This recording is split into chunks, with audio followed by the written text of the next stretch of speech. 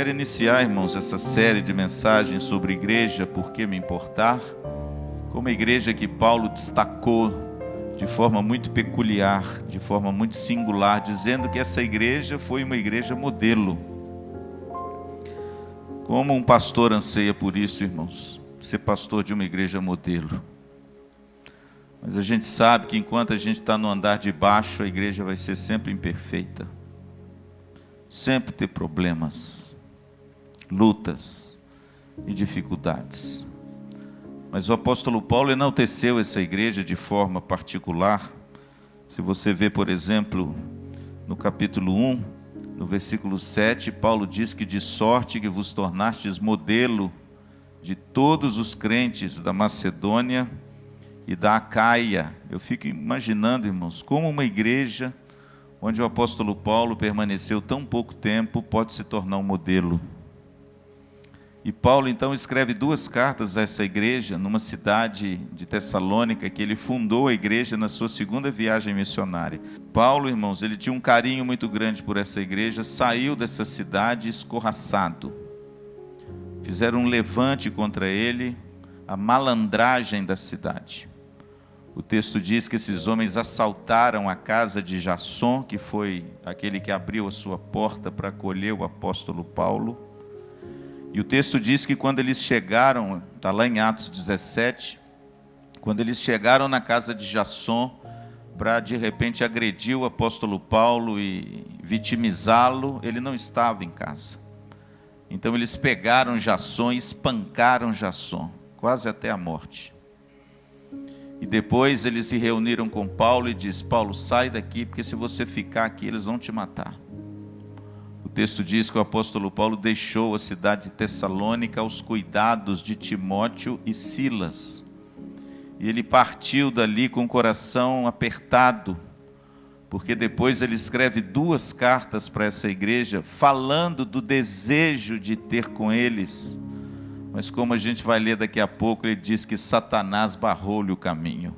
Satanás tem barrado o caminho de muita gente vir na igreja, viu, meu filho? Saiba disso. A história se repete hoje também. São muitas coisas que de repente o diabo põe para você não vir na igreja. Mas Paulo, irmãos, ele amava essa igreja. Essa igreja para ele era uma igreja muito singular, porque ele disse que essa igreja foi um modelo. Ele não disse isso para igreja nenhuma. Não falou isso para a igreja de Corinto. Ele não falou isso para a igreja de Roma, para a igreja de Colossos, para a igreja de Éfeso, que ele permaneceu 3 anos. Paulo não falou isso para a igreja nenhuma, mas ele falou isso para a igreja de Tessalônica. Vocês se tornaram um modelo de todos os crentes da Macedônia. Por quê? Porque Tessalônica era a capital da Macedônia, mas também de toda a Acaia, e a capital da Acaia era Corinto. Eu acho que se os crentes de Corinto lessem essa carta, eles iam ficar tudo enciumado. Mas eu acho que naquele tempo não tinha crente mimimi igual tem hoje, não. Hoje eu acho que os crentes estão muito mais mimimi do que no passado. Eu acho que os crentes do passado aguentavam o rojão mais do que hoje. Hoje qualquer coisinha doeu, não é? Mas a verdade, irmãos, é que o apóstolo Paulo escreve uma carta belíssima. Não é muito grande, é uma carta pequena, tem apenas 5 capítulos. Mas nesse trecho que eu quero ler dessa carta, Paulo demonstra o amor que ele tem pela igreja e a importância da igreja para Paulo. Então vamos lá, versículo 17 ao 20, no capítulo de número 2, o apóstolo Paulo diz assim: Ora, nós, irmãos, orfanados por breve tempo de vossa presença, não porém do coração, com tanto mais empenho diligenciamos com grande desejo ir ver-vos pessoalmente. Por isso quisemos ir até vós, pelo menos eu, Paulo, não somente uma vez, mas 2. Contudo, Satanás nos barrou o caminho. Pois quem é a nossa esperança, ou alegria, ou coroa, em quem exultamos na presença de nosso Senhor Jesus em sua vinda, não sois vós? Sim, vós sois realmente a nossa glória e a nossa alegria. A gente vê nesses versos, irmãos, a título de introdução, o que era a igreja de Jesus para Paulo. Primeiro, a igreja era uma fonte preciosa de comunhão. Veja no verso 17 como Paulo quer visitar essa igreja para ser abençoado e rever os irmãos. Existem 3 palavras aqui que dão uma ênfase muito grande no texto, olha só. Ele diz assim: com tanto mais empenho, diligenciamos, com grande desejo, ir ver-vos pessoalmente. Veja, querido, que Paulo usa 3 palavras muito fortes, mostrando o desejo ardente e o empenho que ele teve para rever os irmãos. Porque a igreja para Paulo, irmãos, era uma fonte preciosa de comunhão e de encorajamento. Segundo, o apóstolo Paulo diz no versículo de número 19, pois quem é a nossa esperança? A igreja para Paulo era a sua esperança. E mais ainda, a igreja para Paulo, verso 19, era a sua alegria. Tem gente, irmãos, que só vê coisa errada na igreja. Parece que o olho está tingido de uma mácula obscura, que só consegue ver o que não devia ver. Mas às vezes é impedido de ver as coisas boas, né? Parece que a pessoa fica marcado assim, igual um boi marcado com uma coisa ruim que aconteceu, e parece que ele fica anulado para tudo que é bom. E ele só consegue ver coisa ruim num mar de tantas coisas boas, não é? E aí o sujeito, irmãos, fica tão entristecido, tão amargurado, tão encabrunhado com a igreja. Mas quando a gente olha o apóstolo Paulo, ele diz: olha, vocês são a nossa alegria. Como Paulo se reportava à igreja, e como a igreja para Paulo era a fonte de alegria. Aí você se pergunta assim: pastor, é porque as igrejas que Paulo fundava eram perfeitas? Está aí as cartas, irmãos. As cartas escritas no Novo Testamento é para resolver problema. As cartas não foram escritas porque a igreja era muito boa. Tinha problemas profundos na igreja, mas mesmo com os problemas, o apóstolo Paulo dizia que essa igreja era a sua alegria. Deixa eu te perguntar uma coisa, irmão: será que a sua igreja é fonte de alegria para você? Será que a gente tem esse sentimento tão maravilhoso com respeito à igreja? Terceiro, a Bíblia diz que a igreja para Paulo era a sua coroa. Naquele tempo, os corredores, dos jogos greco-romanos, quando eles ganhavam a prova, eles ganhavam uma coroa. A coroa simbolizava a recompensa. Quando Paulo diz: olha, vocês são a minha recompensa. Que coisa linda, irmãos. A gente tem buscado tantas recompensas e aplausos do mundo, e muitas vezes nós temos negligenciado a recompensa que nos será dada por causa da igreja. Paulo diz que a igreja era a sua coroa, era a sua recompensa. E finalmente, irmãos, Paulo diz que a igreja, versículo 20, era a sua glória. E notem uma coisa, no verso 19, Paulo fala que a igreja era a sua alegria. E no verso 20 ele torna a repetir que a igreja era a sua alegria. Ou seja, realmente Paulo era um homem que se alegrava com a igreja. E uma igreja, irmãos, que apresentava para ele tanta dor, tanta angústia na alma. Lê 2 Coríntios, que você vai ver o que eu estou falando. Paulo lá escreve que pesava sobre ele a preocupação com todas as igrejas. E mesmo assim, irmãos, essas igrejas era para Paulo uma fonte de alegria. Portanto, meus irmãos, quando eu olho para a vida do apóstolo Paulo e vejo a importância e a beleza pela qual Paulo via a igreja, eu fico animado, porque nós precisamos seguir os seus passos, amém? Nós somos uma geração que não valoriza muito a igreja. Nós somos uma geração que não se compromete muito com a igreja. Nós somos uma geração que muitas vezes nós somos crentes ocasionais, mas não somos crentes compromissados, daqueles que a igreja ocupa um lugar prioritário na sua vida. Mas quando a gente olha para o Novo Testamento, irmãos, a gente vê que a ótica é outra. O Novo Testamento, o apelo é outro. E a pergunta que eu quero responder essa noite para vocês, abrindo aí essas mensagens sobre a igreja, que vai estar no nosso canal do YouTube, é: se Paulo tem essa visão tão gloriosa da igreja, que certamente ele aprendeu com o Senhor Jesus, que veio por ela, morreu por ela, ressuscitou por ela e vai voltar por ela, por que eu devo me importar com a igreja? Por que será que a igreja precisa deixar de ser um apêndice na minha vida ou na nossa vida?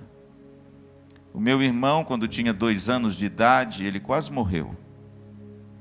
Nós estávamos passando férias lá em São Francisco do Sul, em Santa Catarina, e aos 2 anos de idade ele foi enfermado lá, e ele começou a sentir uma dorzinha na perna, 2 aninhos.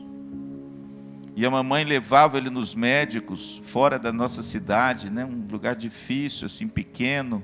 E os médicos não descobriram o que era. Voltava com o menino para casa e dor na perna, e dor na perna, e dor na perna.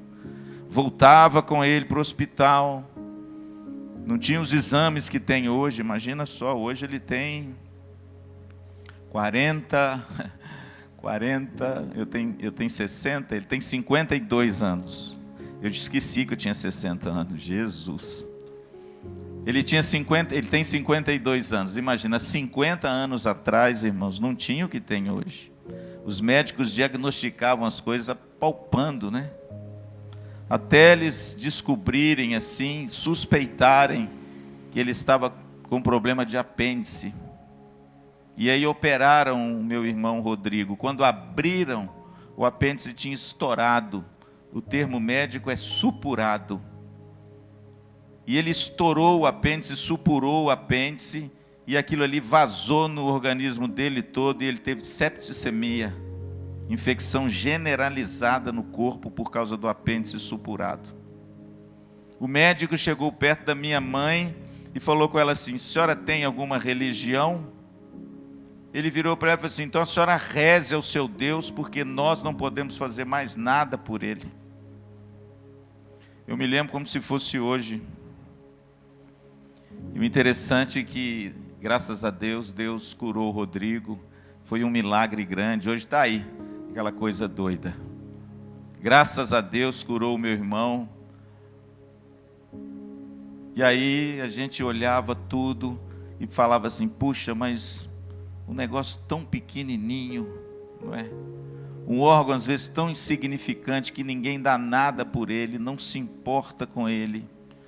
É um órgão tão importante no organismo que, se ele enfermar, ele pode te matar. E desde aquela época, irmãos, eu comecei a enxergar como pessoas têm dificuldade de enxergar a igreja como algo muito importante, e às vezes enxergam apenas como um apêndice da vida.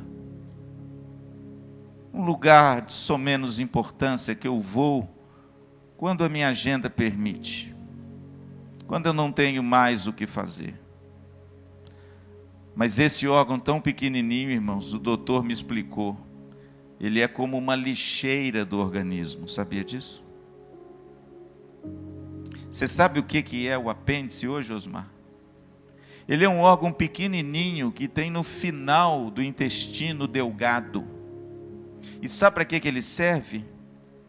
Ele serve para depositar as impurezas do organismo. Ninguém dá a mínima para ele. Ninguém nem sabe que ele existe.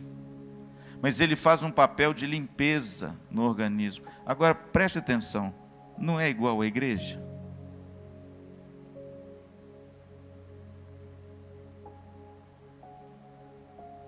É Cristo quem nos limpa da sujeira. E a comunidade que Cristo deixou aqui na terra para o auxílio dessa sujeira é a igreja. Sabe o que significa isso, meus irmãos? que quando a gente negligencia a igreja, o nosso organismo começa a se intoxicar com a sujeira, com as coisas desse mundo. E quando a gente assusta, o nosso apêndice estourou e contaminou o corpo inteiro. E o final de tudo é a morte. Pastor, por que eu devo me importar com a igreja? Por que eu preciso resgatar o papel da igreja bíblica na minha vida e na vida da minha família? Por exemplo, um culto como hoje, eu esperaria que tivesse mais pessoas aqui. Mas se não tem, eu louvo a Deus porque você está aqui, amém? Eu louvo a Deus, porque na época da pandemia, quantas e quantas e quantas vezes eu vim nesse púlpito aqui, peguei o violão, fiz o louvor e preguei, sem uma viva alma aqui dentro, tudo escuro, só o Ivan transmitindo o culto lá e eu pregando para um monte de cadeira. Eu espero que isso não aconteça de novo, sem pandemia. Porque aí eu acho que vai ser a falência do pastor e a falência da igreja. Pastor, por que eu devo me importar com a igreja? Em primeiro lugar, irmãos, nós devemos nos importar com a igreja porque a igreja é o propósito fundamental de Deus na terra. Sabia disso? A igreja, eu vou falar de novo, a igreja é o propósito fundamental de Deus na terra. Você sabe o que significa isso? É só você ler a Bíblia que você vai ver. Lá em Gênesis 11 tem a história de quê? Da Torre de Babel. E lá em Gênesis 11 é a história do homem edificando os seus monumentos, não é?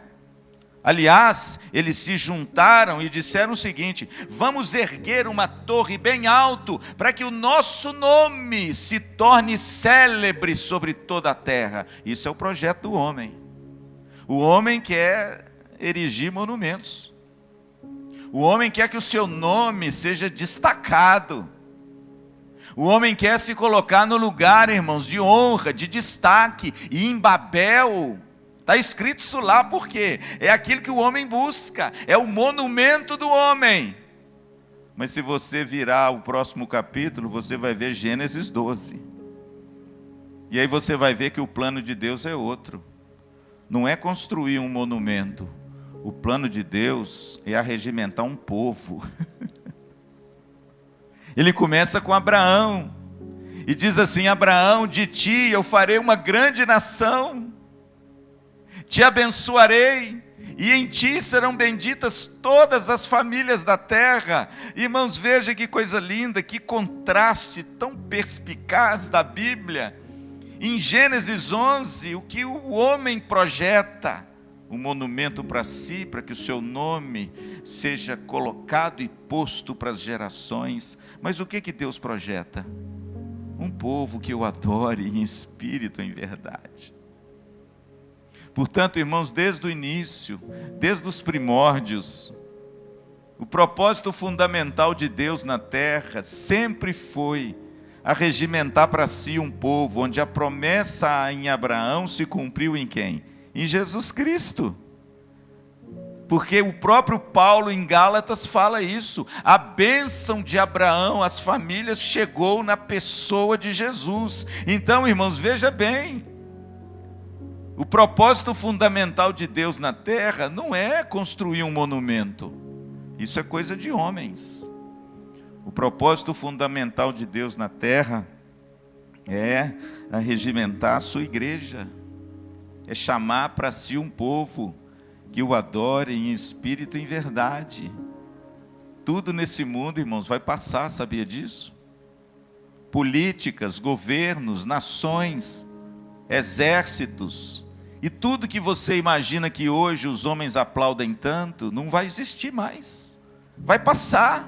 Quando Cristo voltar e restaurar todas as coisas, e sabe o que vai ficar? A igreja do Senhor Jesus. Nós viveremos para sempre com Ele, nós reinaremos com Ele, nós, segundo Apocalipse, seremos colunas no seu santuário e reinaremos junto com Ele. Mas, irmãos, tudo que os homens erigiram vai passar e vai acabar. E talvez tudo aquilo que a gente detenha, tanto zelo e amor, a gente vai ver se desboroar das nossas mãos naquele glorioso dia que Jesus voltar. E o que vai ficar, pastor? A igreja. Portanto, eu tenho que me importar com aquilo que Deus se importa. Eu tenho que me importar com aquilo que Jesus se importa.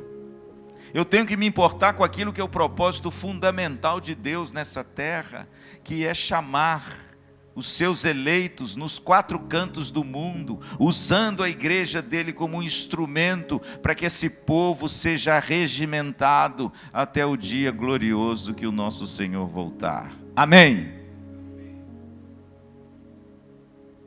Pastor, por que eu devo me importar com a igreja?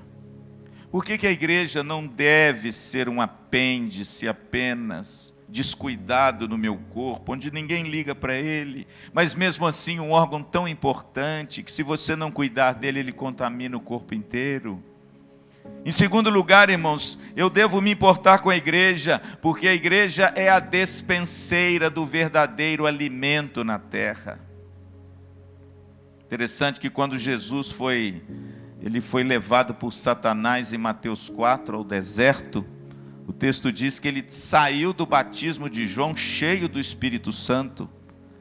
E o mesmo Espírito Santo leva Jesus para o deserto para ser tentado pelo diabo. É uma teologia difícil da gente entender isso aí. O mesmo Espírito Santo que credencia o Filho para iniciar o seu ministério, a sua primeira obra é enfrentar o diabo e a tentação. A Bíblia diz que Jesus ficou 40 dias e 40 noites no deserto da Judeia. Eu estive lá, é um lugar muito difícil, gente. Não tem jeito de viver lá não. Perto da cidade de Jericó, mas é muito seco, é muito árido, só tem pedra. A Bíblia diz que por 40 dias e 40 noites Jesus passou lá. E ao final dos 40 dias ele teve o quê? Fome e sede. E o texto diz que o tentador se aproxima dele no 40º dia, claro, porque o diabo nos assedia quando a gente está mais debilitado. Deixa eu fazer um parênteses aqui, viu? É por isso também que a gente precisa da igreja, para ser fortalecido, para não ser alvo fácil do diabo. Fecha parênteses. A Bíblia diz que o diabo chegou perto de Jesus e falou: estão vendo essas pedras? Olha como elas se parecem com pães. E quando eu fui lá, eu vi que parece mesmo. Parece mesmo. Até nisso a Bíblia é perfeita. Jesus então olha para o diabo e responde o diabo com Deuteronômio capítulo 8. Olha, não só de pão viverá o homem, mas de toda palavra que sai da boca de Deus. Ali, irmãos, Jesus está dizendo o seguinte: a palavra, o pão, a Torá, porque naquele tempo, no tempo de Jesus, a palavra de Deus, ela tinha como símbolo o pão. É lindo, não é? A palavra de Deus era o pão. É por isso que lá em Eclesiastes capítulo 12, no versículo 1, o texto diz assim: lança o teu pão sobre as águas. Ó. O que Eclesiastes 12 está dizendo? Lança a palavra de Deus sobre as águas, porque depois ela vai voltar para você. Coisa linda, irmãos. O pão é a palavra de Deus. E Jesus diz: olha, nem só de pão. Claro que ali ele estava aludindo ao pão físico. Não sobrevive só o homem. Mas é como se ele usasse esse trocadilho. Mas de todo o pão que sai da boca de Deus. Sabe o que significa, irmãos? Significa que a igreja é detentora desse pão. Amém? Aliás, quem se apropriou dessa imagem do pão foi o nosso Senhor, né? Foi o próprio Jesus em João 6 que diz: eu sou o pão vivo que desceu do céu, e aquele que come do meu pão nunca mais terá fome. Veja, querido, que a igreja, ela é importante. Eu preciso me importar com a igreja, sabe por quê? Porque ela é a despenseira. Essa palavra no Novo Testamento é linda demais, é a palavra oikonomos. Pastor Luciano já pregou isso aqui. O oikonomos é o mordomo, é aquele que guarda o alimento da casa, coloca nas prateleiras. Você vê naqueles filmes, não é? De gente rica que tem mordomo. É bonito, não é? O sujeito é todo internado, assim, madame. Ele é aquele que cuida de toda a administração da casa. A Bíblia diz que José, quando foi para o Egito, ele foi o oikônomos de quem? De Potifar. O texto diz que ele colocou nas mãos de José toda a administração da sua casa, menos a mulher. E ela engraçou ainda com José. Bom, isso é outra história. A Bíblia diz que José era o despenseiro de Potifar. O pastor, o que o despenseiro faz? Ele cuida de toda a administração da casa. Ele recolhe os víveres da casa, coloca-o nos lugares, vê o que falta ou o que não falta, mas ele não faz só isso não, meu presbítero. O que ele faz mais? Ele distribui à medida que tem necessidade. Olha que imagem bonita, irmãos. A Bíblia diz que nós somos despenseiros de Deus. A igreja, irmãos, é a dispensa de Deus. Para quê? Para guardar e para compartilhar o quê? A palavra de Deus, amém? Portanto, querido, eu preciso me importar com essa igreja, sabe por quê? Porque a figura do sal, que Jesus diz lá em Mateus 5, vós sois o sal da terra, tem a ver com guardar. Por quê? Porque o sal preservava. A cozinheira sabe disso. Quer preservar uma carne? Lá no norte de Minas, no Unaí, Paracatu, que eu trabalhei, existia muita carne seca pendurada nos varais assim, dos açougues. É diferente daqui, né? Lá tinha aquele monte de carne pendurada. Quando eu cheguei lá, eu fiquei horrorizado com aquilo. Eu falei, meu Deus, é carne misturada com mosquito, é misturado com poeira, é misturado com negócio de carro. Ficava tudo lá, aquelas carnes misturadas. E o açougueiro falava, não, isso aqui é carne salgada. Isso aqui pode ficar aí o tempo que for, porque o sal preserva. É por isso que Jesus diz que nós somos o sal da terra. Sabe por quê? Porque o sal preserva. O oikônomos, o despenseiro, é aquele que preserva e guarda aquilo que lhe foi confiado. A igreja, irmãos, é a detentora dessa guarda da palavra de Deus. Está vendo? Mas ela não só é a detentora da palavra de Deus para guardar, porque a palavra de Deus não é para ser enfurnada no seu coração, tampada lá com uma rolha, e ninguém sabe que você tem ela. Não, irmãos, a palavra de Deus também é luz. É por isso que Jesus usa essas duas metáforas tão poderosas. O sal preserva e a luz faz o quê?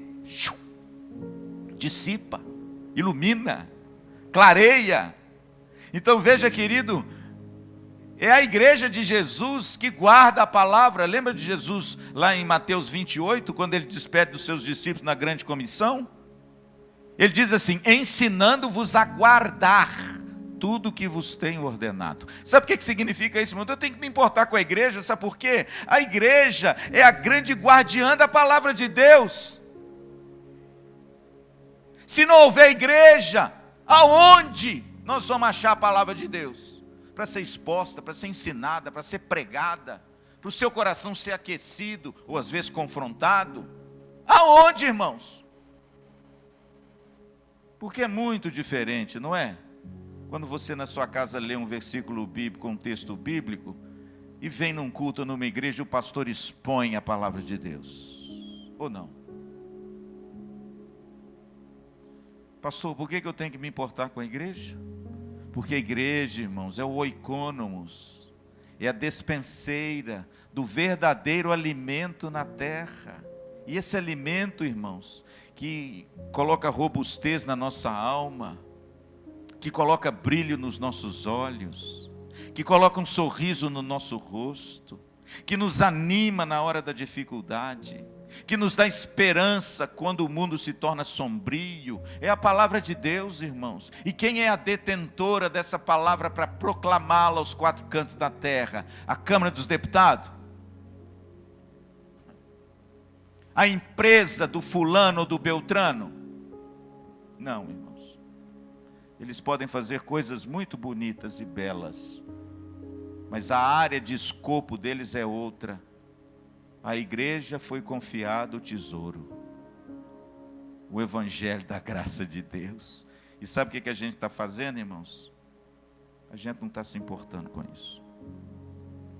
Tem outras coisas mais importantes na nossa vida. E a gente não tem se importado com a igreja. A gente está fascinado com outras coisas. Mas a igreja, irmãos, tem ficado para trás. mas ela é quem te fornece o verdadeiro alimento, amém? O sujeito está aplaudindo demais o que o mundo oferece. O sujeito está amando demais, irmãos, alimentos que têm contaminado a sua vida e a vida da sua família. Coisa, querido, que está enchendo demais a despensa da sua casa e está envenenando você. Coisa que de repente você tem gasto tempo diante dela, minutos, horas, dia após dia, e aquilo não está trazendo nada que edifique você. Está se alimentando, irmãos, de veneno. E esse veneno está entrando na sua veia, você que nos assiste, está entrando na sua casa, está entrando nos seus relacionamentos, está entrando na sua mente. E sabe o que está acontecendo com você? Você está ficando raquítico espiritualmente, fraco. Não aguenta o rojão, não aguenta os embates da vida, sabe por quê? A sua dieta está ruim. Nós temos que mudar a dieta, amém? Mudar a dieta. Eu preciso aprender a me importar com o que Deus se importa. E com que valorizar aquilo que Deus valoriza, amém? Pastor, por que eu devo me importar com a igreja? Vamos terminar? Primeiro, porque a igreja é o propósito fundamental de Deus nessa terra. Fundamental. Jesus disse que os céus e a terra passarão, mas a minha palavra jamais passará. Pastor, por que eu devo me importar com a igreja? Porque a igreja é a dispenseira do verdadeiro alimento na terra. É por isso que quando você vem num culto, o pastor abre a Bíblia, ele tem que pregar a Bíblia, sabe por quê? Porque historinha e palavra-chave, jargãozinho para você se sentir o super-homem, está cheio por aí. Mas o que nós precisamos é pregar a palavra de Deus para confrontar você, para alimentar você, para enrobustecer você, para consolar você, para te dar esperança, para que você não seja enganado. E é a palavra de Deus, irmãos, que faz isso. Ela é que é o verdadeiro alimento, amém? Já pensou, depois de 40 dias sem comer, eu estava comendo até pedra. Mas Jesus diz, olha, não só de pão vive o homem, mas de todo o pão que sai da boca de Deus, entende? O nosso alimento, irmãos, prioritário, principal, o mais precioso, está aqui, ó. Será que nós temos nos alimentado disso? Você quem sabe, né? Você sabe da sua vida, eu sei da minha. Em último lugar, pastor, por que nós precisamos nos importar com a igreja? E aí eu vou em João 13, versículo 34 e 35, no lava-pés. O texto diz que quando Jesus terminou o lava-pés, ele colocou de novo a roupa, vestiu de novo a túnica, tirou a toalha, olhou para os seus discípulos e perguntou, vocês sabem o que eu fiz a vocês? Eles não responderam, porque eles não sabiam. Para eles aquilo era um absurdo. Como um mestre daquele quilate ia fazer um serviço de um escravo humilde da casa? Eles não entenderam, não falaram nada. Jesus então acode e responde, olha, eu sendo mestre, vos lavei os pés. E vocês também, como eu vos fiz, deveis fazer isto uns aos outros, porque eu vos dou um mandamento novo,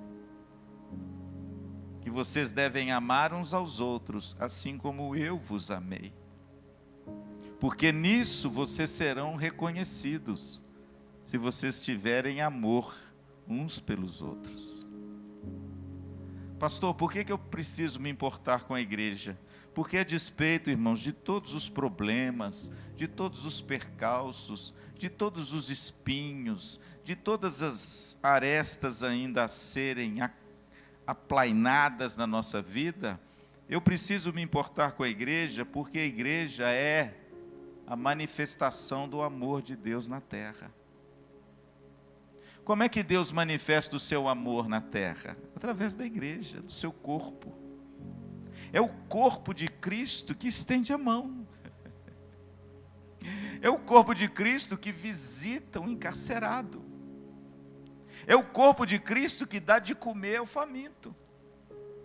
É o corpo de Cristo que veste o nu. É o corpo de Cristo que acolhe o forasteiro. Lembra de Jesus no seu discurso? É o corpo de Cristo, irmãos, que levanta o abatido. É o corpo de Cristo que se importa com as pessoas. Se não fosse a igreja, irmãos, o que seria do amor?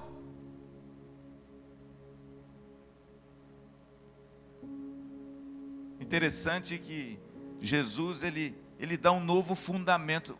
Eu termino agora. Jesus dá um novo fundamento para o amor. Por quê? Porque lá em Moisés, eu já disse isso, o mandamento é assim: ame o seu próximo como a ti mesmo. Ou seja, você é o fundamento do amor para amar o outro. Tudo bem. A gente se ama muito mesmo, né? Como o Traje a Rigor e o Roger cantava, não é assim? Eu me amo, não tem nada. Você pode se amar, não tem problema. O problema é quando você se ama e não ama mais ninguém. É por isso que Jesus trocou o fundamento do amor. Ele disse assim: novo mandamento vos dou, que vos ameis assim como eu vos amei. Ele trocou o fundamento. O fundamento para eu amar o próximo não é o meu amor por mim. O fundamento para eu amar o próximo é o amor de Jesus por mim. E aí ele mudou o fundamento do amor, irmãos. Ele trocou a base pelo qual eu preciso amar os outros. Agora preste atenção numa coisa: ele não trocou só o fundamento, não, ele trocou só a abrangência. Por quê? Porque naquele tempo, para o judeu amava quem? O outro judeu. E odiava quem? Os publicanos, as mulheres, os pecadores, os cobradores de impostos, não é? É isso que está escrito lá na Torá. E é isso que os fariseus e a lei judaica faziam. É por isso que eles perguntaram para Jesus: Senhor, olha, como é que vai ser esse negócio do amor? Porque está escrito lá: amarás o teu próximo e odiarás o teu inimigo. Aí Jesus vira e fala assim: eu porém vos digo, amai os vossos inimigos. Opa, aí pegou. Por quê? Porque Jesus, irmãos, ele derrubou a parede, ele ampliou o amor. A abrangência do amor cristão não vai apenas no amável. Amar a Tereza é muito fácil. Amar a Carol deve ser fácil. Amar o Luiz Fernando, bom, não sei se é tão fácil assim. É fácil, eu estou brincando. Mas é fácil, irmãos. Amar a Tereza é fácil, amar sua esposa é fácil, amar o seu filho é fácil. Isso a lei de Moisés já exigia. Só que Jesus vem, irmãos, e ultrapassa as barreiras. Ele diz: não, agora não é só amar o amável, não é só amar o amigo, não é só amar o igual, é amar o desigual. O inimigo, aquele que te fere, aquele que te persegue. E aí Paulo, irmãos, vai lá na frente em Romanos e diz assim: porque se o teu inimigo tiver fome, dá-lhe de comer. Eu vou dar um tiro na cara daquele miserável. Aí Paulo diz assim: se ele tiver sede, dá-lhe de beber. Irmãos, aí eu começo a entender o seguinte: que esse tipo de amor, ele só existe na igreja. Ou pelo menos deveria existir. Porque senão, irmãos, nós não estamos fazendo diferença e servindo para nada. Como diz o Evangelho de Lucas no capítulo 6, nós estamos amando igual os gentios.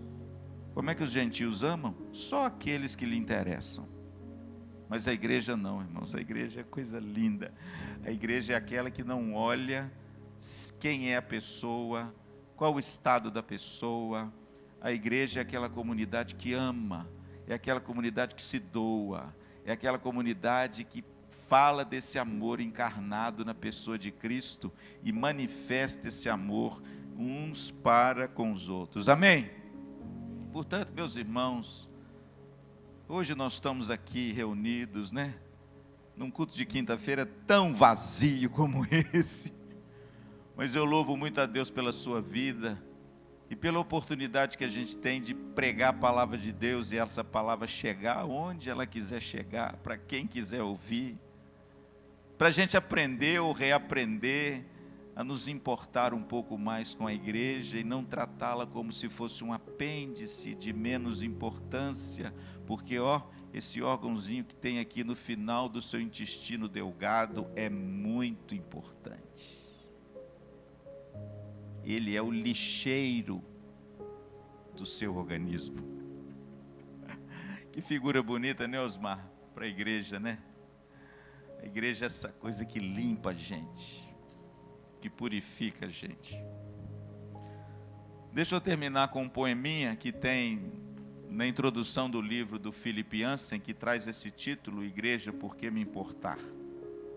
Um poeminha bonito que diz assim: viver com os santos no céu, ó que glória! Mas viver com os santos na terra, bom, isso é uma outra história.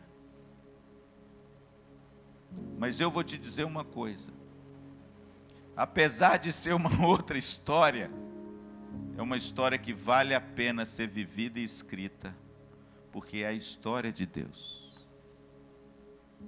Sem ela, não tem história, tem fumaça, não tem nada, pois é a única história que vai perdurar.